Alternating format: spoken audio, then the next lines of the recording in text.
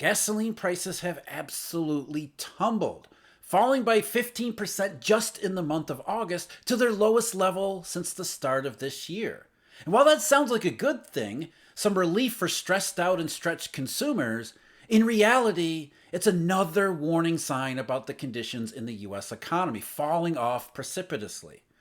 It comes as gasoline inventories in the US are actually pretty low, which would normally be a positive for gas prices. But what that indicates is the market is pricing a substantial downturn in gasoline use ahead of us, even more than what we've seen already this summer. Refinery margins, they've crashed to their lowest level in 3.5 years, showing that despite low inventories, the energy market expects to be in a surplus anyway.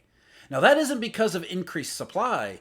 Gasoline refiners, in fact, are shutting down more capacity than we've seen since 2020. No, this is all about weak demand today becoming ultra weak demand tomorrow and the rest of this year right on into 2025. In other words, it sounds exactly like all the information that we've been getting on the economy lately, except maybe GDP. But as I showed a couple days ago, the other half of GDP, meaning GDI, that's right in line with falling gasoline prices. So as retailers and restaurants have been warning about consumers being able to spend, we've seen the savings rate drop to its own low, meaning Americans have run out of room. At the same time, banks are issuing less and less consumer credit. Even the Fed has stopped pretending everything is just fine. The screws are being tightened and from every direction, and that's exactly what the gasoline price is picking up. And it started out earlier this summer. Things were not going well as we headed into the summer driving season. As CNBC reported at the end of May, gasoline demand is still surprisingly weak in keeping supplies near normal levels as bullish seasonals diminish, at least according to analysts at energy advisory firm Ritterbusch and Associates.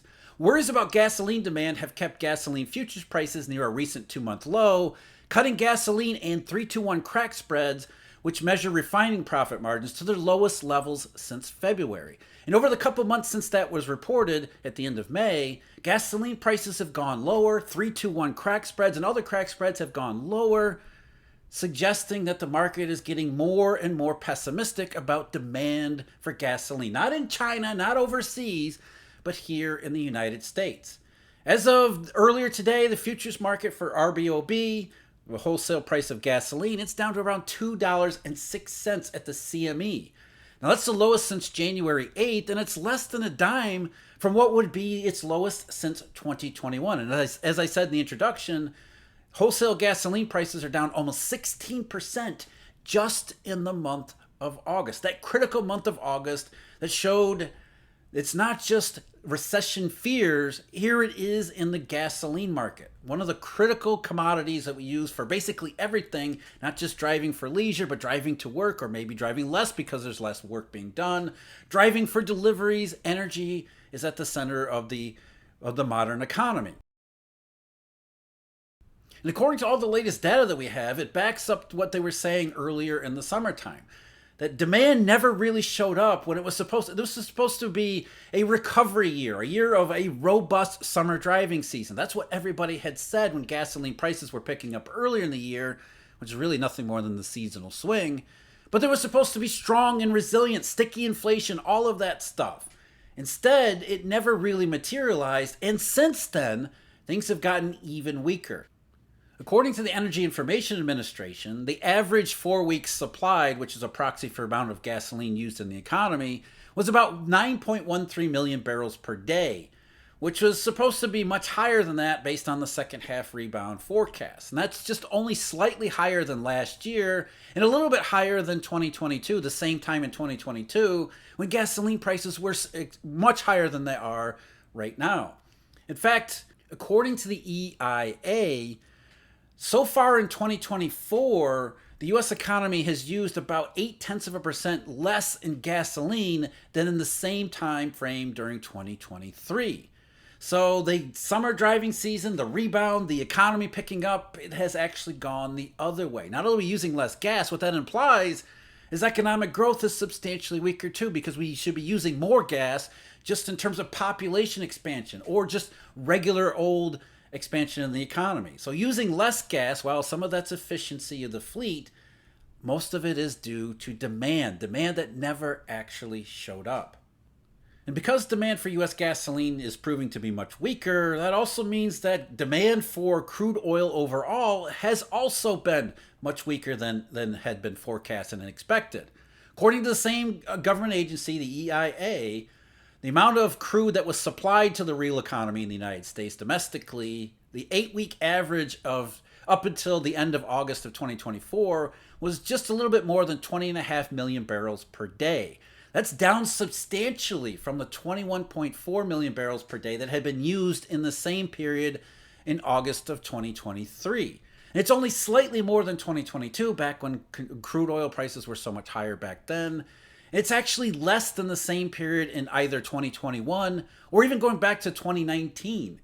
So the US economy is using a lot less oil because they're using a lot less gasoline than anticipated. So that leads to a situation where refiners are looking at the situation. They're looking at the prices, the input prices, as well as the prices of gasoline in the future that they'll be able to sell in the marketplace. And they're thinking we need to cut back on supply because demand is not showing up. And worse, not only is demand not showing up, it looks like it's going to take another substantial leg down. That's what gasoline prices are telling us, and that's what crack spreads are showing us too. As was reported just last week, crude prices came under pressure today after Goldman Sachs cut its 2025 Brent crude forecast to $77 a barrel from a prior estimate of $82 per barrel. Today's slump, this is just last week, in the crude crack spread to a 3.5-year low is another bearish factor for crude oil prices. That crack spread is a reflection of what the market sees as far as potential demand. And demand has already been weak, as we've been saying here in this video and been saying all along. Demand has already been weak, but despite the fact that gasoline inventories have gone down and they're relatively thin, it hasn't meant an increase in price or support for crack spreads. What the market is overall saying is that as crack spreads have gone down to these refinery margins have gone down to the lowest in 3.5 years, and gasoline prices already down to their lowest since the early part of this year, is that as weak as demand is now, the market is expecting it to be even weaker going forward, especially with low inventories. The market is saying we still expect a surplus in available product, despite the fact that there isn't much available product right now. And it's not like, as I said, that supply is about to pick up materially, because I talked about this in a recent video as well. Some of the major refiners in the US have already stated they're cutting back on supply. This is traditionally the maintenance period in the seasonal calendar. But now they're saying we're going to cut back on the amount of refining that we're going to do even during the seasonal low point. We're going to cut back even more than we have in previous years.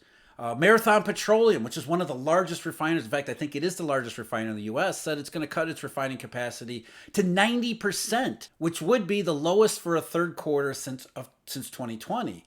And PBF Energy said it's cutting its refining capacity to a 3-year low. Phillips 66 said it would cut back its capacity to a 2-year low. So it's not just a future price. We're actually seeing activity, real activity in the real economy adjust to the perception of already weak demand becoming even weaker as we move forward. And there's been a big change, not just in terms of gasoline prices, but also the crack spread in August. So all of the fears that had been building up in the marketplace, the treasury marketplace, the bull steepening on the curve, the idea that the economy was getting worse, that the unemployment rate was reflecting substantial weakness even before we got to all of that fireworks at the beginning of August, the liquidations and all of the recession fears.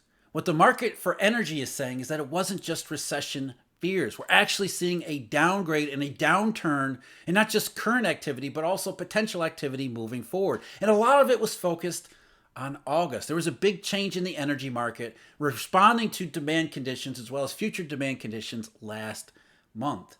As I said, the gasoline price fell to its lowest since the early part of this year, with much of that decline in August, and crack spreads did the same thing. Huge decline in crack spreads during August, validating the signals, lots of signals that we're getting all over the economy, but also including the unemployment rate, because that's the one that's behind all of this, including the lack of driving and the future additional lack of driving. But as I talked about over the weekend, if you're looking at the economy through the lens of the major statistics, especially GDP, this doesn't seem to make any sense. GDP was almost 3% in the second quarter, accelerating from the first quarter, suggesting that everything is just fine. But as I examined in that video over the weekend, GDI, which is the other half of GDP, and as I said in that video, GDI is the better half of GDP, especially during these periods, GDI looks a lot like the lead up to where we are in the energy markets. Gross domestic income, which is supposed to be matching the other side, which is expenditures, because every expenditure is a dollar of income for somebody else.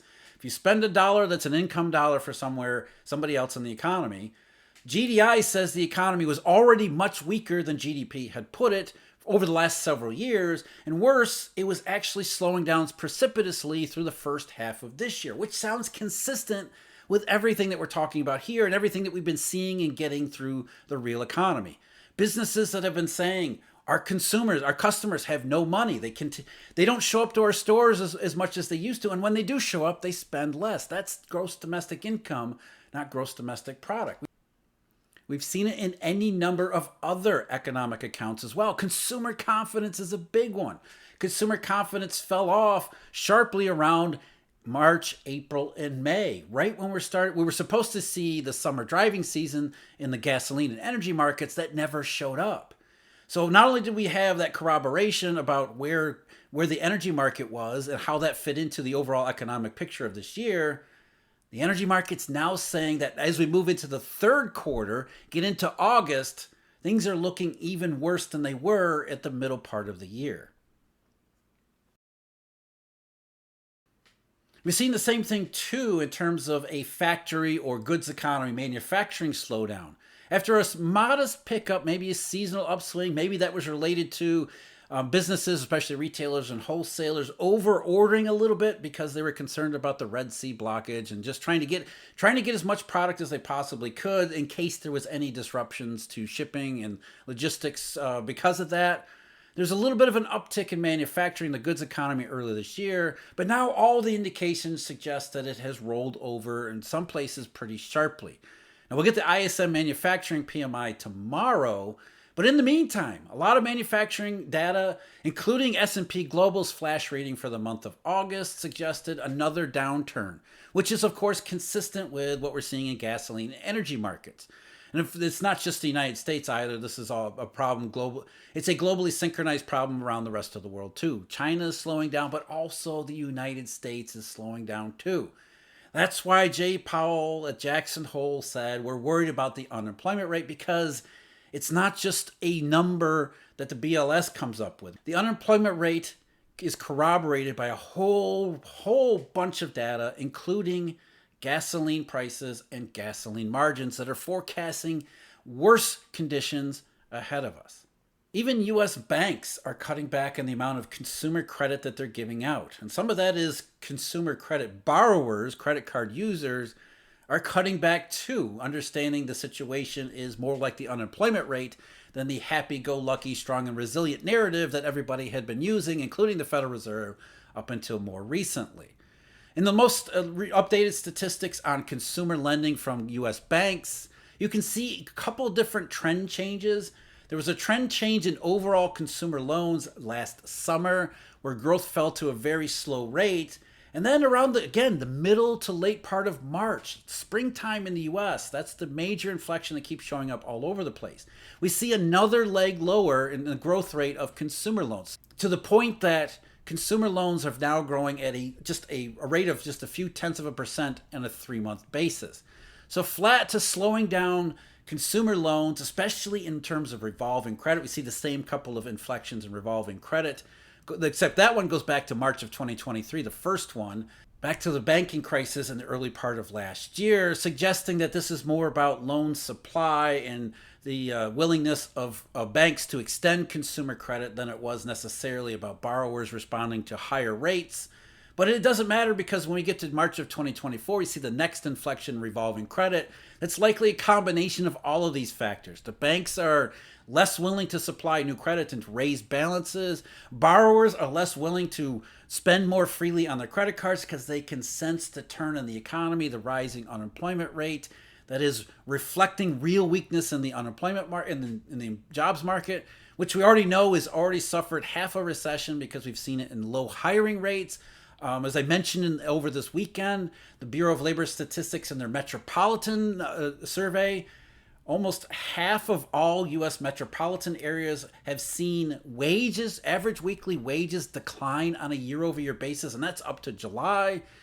Basically, all of it is saying the economic fundamentals of the U.S. economy over the last several months, going back to March, are not just not good, they have materially worsened. And that's exactly what the gasoline market is saying. It was not good back then, and then August happened and it got even worse. And of course, the final nail in the coffin for the soft landing really comes from Jay Powell at Jackson Hole a little over a week ago, where he basically said, yeah, all that soft landing stuff that we were talking about, strong and resilient economy, forget about that. We're now worried about the unemployment problem that is only starting to grow. Now, the Fed said we can fix it with a robust series of rate cuts, which the market is already pricing. And then the other markets, like the energy market, the gasoline and oil, they're pricing those rate cuts as well as what rate cuts really represent, which is nothing more than a reflection of what's happening in terms of the real economy. So the reason why gasoline prices have fallen, the reason why refinery margins are down to their lowest in 3.5 years, it's the same reason why the Federal Reserve is going to be cutting its short-term policy rates. And it's this economic weakness that continues to not just show up in the data, but to accelerate to the downside. So here we have another market signal validating recession probabilities, high degree of recession probabilities. Again, gasoline prices are already weak because of demand today, but low refinery margins, lowest in 3.5 years, low gasoline prices where they are, despite inventories, that's the market saying we expect demand to be even weaker moving forward through the end of this year into the early part of next year, which sounds consistent with everything from, say, SOFR futures in the forward rate markets to the bull steepening and the treasury curve, as well as all the macroeconomic data. So while lower gasoline prices sound like a good thing, sounds like it's enough to help out consumers who are really struggling, but what it overall represents and what it means is nothing good. While it means disinflation in terms of consumer prices, as I've been saying all along, this disinflation is not good news. Why should we worry about a low savings rate? Well, that's something that Steve and I discussed over the weekend, and that's the video I've got linked below. As always, thank you very much for joining me. Huge thank you, Eurodollar University members and Eurodollar University subscribers. And until next time, take care.